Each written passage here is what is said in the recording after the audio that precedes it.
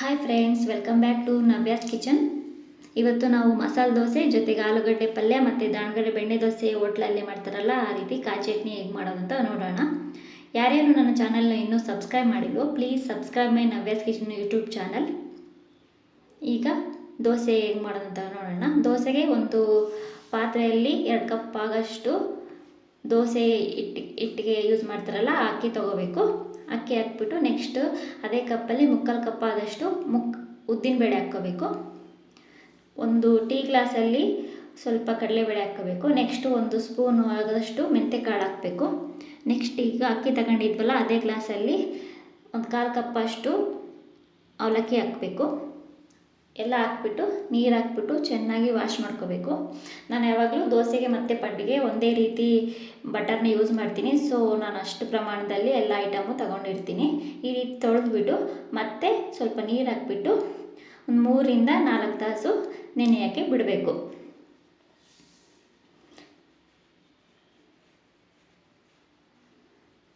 ನೋಡಿ, 3ರಿಂದ 4 ತಾಸು ಆದಮೇಲೆ ಎಲ್ಲ ಚೆನ್ನಾಗಿ ನೆಂದಿರುತ್ತೆ.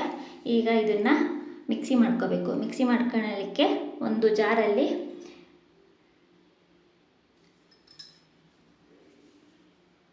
ಎಲ್ಲ ಮಿಶ್ರಣನ ಹಾಕ್ಬಿಟ್ಟು ನುಣ್ಣಗೆ ರುಬ್ಕೋಬೇಕು.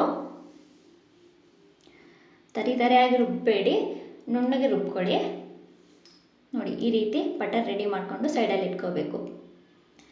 ನಾನು ಫಸ್ಟೇ ಹೇಳಿದ್ನಲ್ವ, ನಾನು 2 ದಿನಕ್ಕಾಗಷ್ಟು ಬಟರ್ ರೆಡಿ ಮಾಡ್ಕೊಂಡೆ. ಪಡ್ಡಿಗೆ ಎಷ್ಟು ಬೇಕೋ ಅಷ್ಟು ಸೈಡ್ಗೆ ಇಟ್ಕೊಬಿಟ್ಟು ನೆಕ್ಸ್ಟು ಉಳಿದಿರೋ ಬಟರ್ಗೆ ಸ್ವಲ್ಪ ಉಪ್ಪು ಹಾಕ್ಬಿಟ್ಟು ಓವರ್ನೈಟ್ ನೆನೆಯಕ್ಕೆ ಬಿಡಬೇಕು.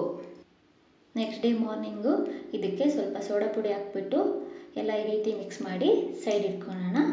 ಈಗ ಚಟ್ನಿ ಹೇಗೆ ಮಾಡೋದು ಅಂತ ನೋಡೋಣ. ಚಟ್ನಿಗೆ ಒಂದು ಮಿಕ್ಸಿ ಜಾರಲ್ಲಿ ತೆಂಗಿನಕಾಯಿ ತುರಿನ ಹಾಕ್ಕೋಬೇಕು. ಹಾಕ್ಬಿಟ್ಟು ಇದಕ್ಕೆ ಒಂದು 3-4 ಮೆಣಸಿನ್ಕಾಯಿ ಹಾಕಬೇಕು. ಮೆಣಸಿನ್ಕಾಯಿ ನಾನು ಸ್ವಲ್ಪ ಇಲ್ಲಿ ಕಮ್ಮಿ ತೊಗೊಂಡಿದ್ದೀನಿ. ನಿಮಗೆ ಜಾಸ್ತಿ ಖಾರ ಬೇಕಂದರೆ ಜಾಸ್ತಿ ಹಾಕ್ಕೊಳ್ಳಿ. ನೆಕ್ಸ್ಟು ಸ್ವಲ್ಪ ಏಲಕ್ಕಿ ಹಾಕ್ಬಿಟ್ಟು ನೀರು ಹಾಕ್ಬಿಟ್ಟು ಮಿಕ್ಸಿ ಮಾಡ್ಕೋಬೇಕು. ಸ್ವಲ್ಪ ಮಿಕ್ಸಿ ಮಾಡಿದ್ಮೇಲೆ ನಾನು ಸ್ವಲ್ಪ ಉಪ್ಪು ಸೇರಿಸ್ತಾ ಇದ್ದೀನಿ. ಉಪ್ಪು ಸೇರಿಸ್ಬಿಟ್ಟು ಮತ್ತೆ ಮಿಕ್ಸಿ ಮಾಡ್ತಾಯಿದ್ದೀನಿ. ಚಟ್ನಿನ ನುಣ್ಣಗೆ ರುಬ್ಕೊಬೇಡಿ. ದಾವಣಗೆರೆ ಚಟ್ನಿಗೆ ಈ ರೀತಿ ತರಿಯಾಗಿ ಚಟ್ನಿ ರೆಡಿ ಮಾಡ್ಕೋಬೇಕು. ನೆಕ್ಸ್ಟು ಪಲ್ಯ ಹೇಗೆ ಮಾಡೋದಂತ ನೋಡೋಣ. ಆಲೂಗಡ್ಡೆ ಪಲ್ಯಗೆ ಒಂದು ಕುಕ್ಕರಲ್ಲಿ ಆಲೂಗಡ್ಡೆ ಹಾಕ್ಬಿಟ್ಟು ನೀರು ಹಾಕ್ಬಿಟ್ಟು ಕುಕ್ಕರ್ ಲಿಡ್ನ ಕ್ಲೋಸ್ ಮಾಡಿ ಒಂದು 3ರಿಂದ 4 ವಿಸಲ್ ಹಾಕ್ಸ್ಬೇಕು.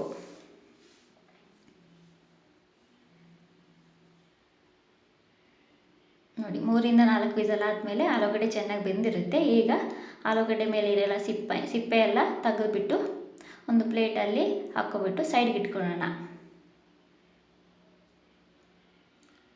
ನೆಕ್ಸ್ಟು ಅದಕ್ಕೆ ಒಗ್ಗರಣೆ ಹಾಕ್ಕೊಳ್ಳೋಣ. ಒಗ್ಗರಣೆಗೆ ಒಂದು ಪ್ಯಾನಲ್ಲಿ ಸ್ವಲ್ಪ ಎಣ್ಣೆ, ಸಾಸಿವೆ, ಜೀರಿಗೆ ಮತ್ತು ಕರಿಬೇವು ಹಾಕ್ಬಿಟ್ಟು ಅದಕ್ಕೆ ನೆಕ್ಸ್ಟು ಸ್ವಲ್ಪ ಮೆಣಸಿನ್ಕಾಯಿ ಹಾಕೋಣ. ಮೆಣಸಿನ್ಕಾಯಿ ಹಾಕ್ಬಿಟ್ಟು ಮೆಣಸಿನ್ಕಾಯಿ ಸ್ವಲ್ಪ ಫ್ರೈ ಆದಮೇಲೆ ಈರುಳ್ಳಿ ಹಾಕಬೇಕು. ಈರುಳ್ಳಿ ಫ್ರೈ ಆದಮೇಲೆ ಸ್ವಲ್ಪ ಉಪ್ಪು ಹಾಕಿ ಮತ್ತು ಅರಿಶಿನ ಪುಡಿ ಹಾಕಿ ಈ ರೀತಿ ಫ್ರೈ ಮಾಡ್ಕೊಬಿಟ್ಟು ಆಲೂಗಡ್ಡೆನ ಚೆನ್ನಾಗಿ ಕೈಯಲ್ಲಿ ಸ್ಮ್ಯಾಶ್ ಮಾಡ್ಕೊಂಬಿಟ್ಟು ಎಲ್ಲ ಕಲಿಸ್ಬೇಕು. ಈ ರೀತಿ ಎಲ್ಲ ಮಿಕ್ಸ್ ಆಗೋ ಥರ ಕಲಿಸ್ಬಿಟ್ಟು ಈಗ ಇದಕ್ಕೆ ಆಲೂಗಡ್ಡೆಗೆ ನಾವು ಬೇಯಿಸ್ಬೇಕಾದ ಉಪ್ಪು ಹಾಕಿಲ್ವಲ್ಲ, ಸೊ ಈಗ ಸ್ವಲ್ಪ ಉಪ್ಪು ಹಾಕ್ಬಿಟ್ಟು ಎಲ್ಲ ಕಲಿಸಿದ್ರೆ ಪಲ್ಯ ರೆಡಿ ಆಗುತ್ತೆ. ಈಗ ದೋಸೆ ಹೇಗೆ ಮಾಡೋದಂತ ನೋಡೋಣ. ದೋಸೆ ಮಾಡಲಿಕ್ಕೆ ಒಂದು ಸ್ಟವ್ ಮೇಲೆ ದೋಸೆ ಪ್ಯಾನ್ ಇಟ್ಬಿಟ್ಟು ಎಣ್ಣೆ ಹಾಕ್ಬಿಟ್ಟು ಈ ರೀತಿ ಈರುಳ್ಳಿಯಿಂದ ಎಣ್ಣೆನ ಎಲ್ಲ ಸ್ಪ್ರೆಡ್ ಮಾಡಬೇಕು. ಈರುಳ್ಳಿಯಿಂದ ಈ ರೀತಿ ತಿಕ್ಕೋದ್ರಿಂದ ದೋಸೆ ಹೆಂಚಿಗೆ ಹತ್ಕೊಂಡಂಗೆ ಚೆನ್ನಾಗಿ ಎದ್ದೊಳುತ್ತೆ.